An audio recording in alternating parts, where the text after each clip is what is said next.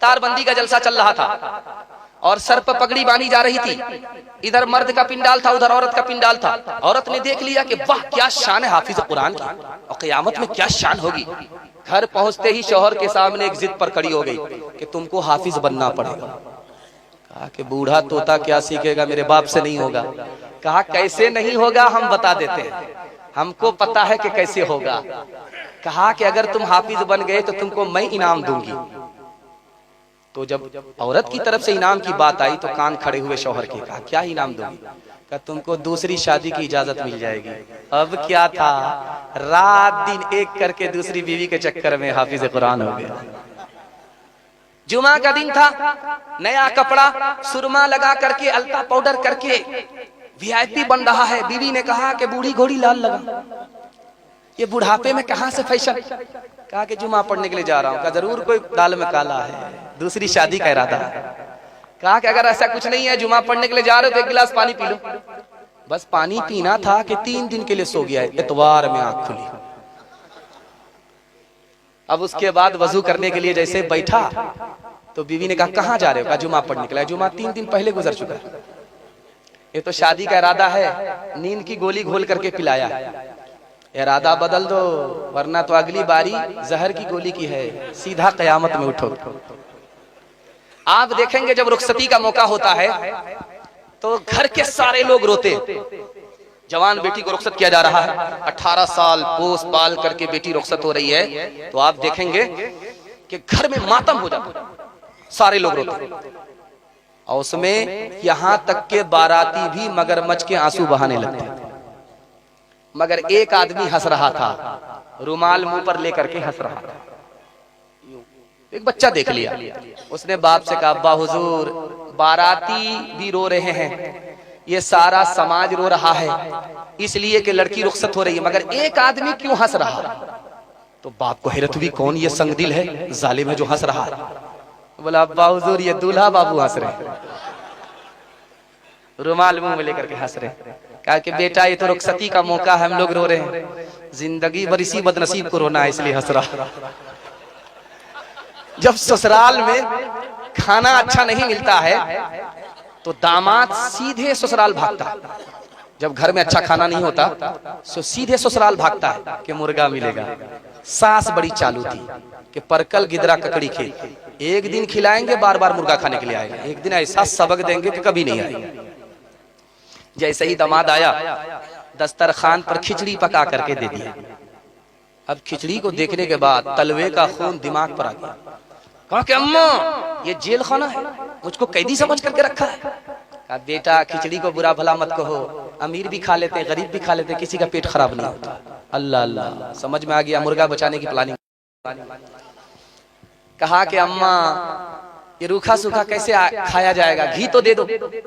बुढ़िया एक नंबर की कंजर थी, कंजूस थी, मक्खी चूस थी। घी को छुपा करके कोठी में रखा था। एक शायर शेर पढ़ रहा था तो हर आदमी आकर के 10 का नोट दे रहा है। खिसिया गया, बाप रे कितने बड़े कंजट लोग हैं, 10 से ऊपर का नोट दे ही नहीं रहे। एक हाजी साहब 100 का नोट लेकर के खड़े हो गए।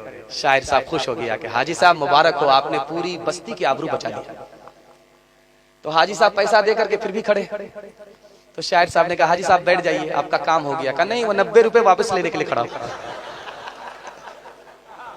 इतना बड़ा कंजर, लेकिन आप लोगों ने वाकई सखावत का दरिया बहा दिया। अल्लाह अल्लाह अल्लाह अल्लाह आपके ऊपर अपनी सखावत का दरिया बहा दे, दुआ देता हूँ। एक बहुत बड़ा शेखी बघार था, राजा था, किसी को फूटी कौड़ी नहीं देता था, लेकिन दूसरे से अपनी तारीफ सुनता था। एक बार बोलते ही बोलते बोला कि मेरे सवाल का जो जवाब देगा उसको इनाम मिलेगा। मेरी हथेली में बाल क्यों नहीं है? एक जवान खड़ा हुआ मक्खन मारने लगा। उसने कहा हुजूर इसका जवाब मेरे पास है, आपकी हथेली में इसलिए बाल नहीं है कि आपका देते देते घिस गया है। ये सोचने लगा कि ओ ये तो चम्मच ही नहीं है, बहुत बड़ा चमचा है, ये तो पूरी पॉलिश मार रहा है। तो कहा देखो मुझे बेवकूफ मत बनाओ, अगर मेरी हथेली में बाल नहीं है तो तुम्हारी हथेली में भी बाल नहीं। कहा हुजूर इसका भी जवाब मेरे पास है, मैं आपका देते देते घिस गया, मेरा लेते लेते घिस गया है। कहा कि इतना बड़ा जो पिपरा डी है, किसी की हथेली में बाल नहीं, इसका जवाब तुम्हारे पास है? कहा इसका जवाब भी है। आपका देते देते घिस गया, मेरा लेते लेते घिस गया। इन लोगों को कुछ नहीं मिलता, मारे अफसोस के हाथ मलते मलते इन लोगों का हाथ घिस गया। तो वो बड़ी मुश्किल से बुढ़िया घी को लाया और गुस्से में जो खोला ढक्कन को, सारा घी गिर गया।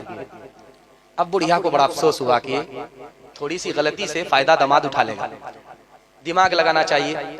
तो दामाद से कहा कि बेटा अकेले खाओगे बरकत नहीं होगी, मुझको साथ में शामिल कर लो, बरकत ही बरकत है। तो दामाद बोला इसमें परेशान होने की क्या बात, आप तो मेरी माँ की तरह हो, खा लो। तो बुढ़िया ने प्लेट को देखा कि दामाद की तरफ घी ज्यादा है, उधर से इधर टानना। अब दिमाग लगाया, अब बेटा मैं तुमसे नाराज हूँ, बोला महीना मेरी बेटी को ये दुख दिया है, ये दुख दिया है, ये दुख दिया है, सारा घी उधर का इधर से टान। अब दामाद देखता ही रह गया। तो दामाद कहता अम्मा कौवे से ज्यादा कौवे का बच्चा चालाक होता है, अगर मैंने वो दुख दिया है तो ये सुख भी दिया है, ये सुख भी दिया है, ये सुख दिया है, दुख सुख को मिलाना पड़ता है। आखिरी मिसाल पर पैगाम खत्म कर रहा हूं, ध्यान से सुनिएगा। जब पहली मर्तबा बेटी ससुराल से मैके आती है तो मोहल्ले की तमाम औरत घेर करके उससे सवाल जवाब करती है। एक औरत ने कहा कि ससुर कैसे थे, तो लड़की कहती सुभान अल्लाह। शौहर कैसे थे, माशाअल्लाह। ससुराल कैसी थी, अल्हम्दुलिल्लाह। पूछा बेटी सास कैसी थी, इन्ना लिल्लाह अस्तगफिरुल्लाह ला हौला वला कुव्वता इल्ला बिल्लाह। जल्ले तू जलाल तो इस बला को टाल। तो माँ होती है, समझ गई मेरी बेटी को सब पसंद है, सास पसंद नहीं। तो माँ ने अदब दिया, बेटी मेरे सवाल का जवाब दो, पहली मर्तबा मैके से जो ससुराल गई कौन लेकर के गई, का सास आई थी, 100 लड़की में मुझको पसंद किया, बहू बनाया ससुराल ले गई। अब बेटी ये सास का एहसान है, इतना अच्छा शौहर मिल गया। बेटी ये सास का एहसान है, इतनी अच्छी ससुराल मिल गई। बेटी ये सासी का एहसान है, इतने अच्छे ससुर मिल गए। बेटी सास बला और मुसीबत नहीं होती, कभी माँ होती है, कभी माँ के बराबर होती है। हाथ उठा करके वादा कीजिए, ईंट का जवाब पत्थर से देंगे। हाथ उठाइए, इंशाअल्लाह खैर, इंशाअल्लाह पत्थर से जवाब देंगे। किरदार बद पे खुद ही ये गुस्से में आएगी, शौहर दिखाए डंडा तो ये झाड़ू दिखाएगी। किरदार बद पे खुद ही ये गुस्से में आएगी, शौहर दिखाए डंडा तो ये झाड़ू दिखाएगी। कासिर इसीलिए तो कोई बरकत नहीं रही, बेफातिमा सी अब कोई औरत नहीं रही।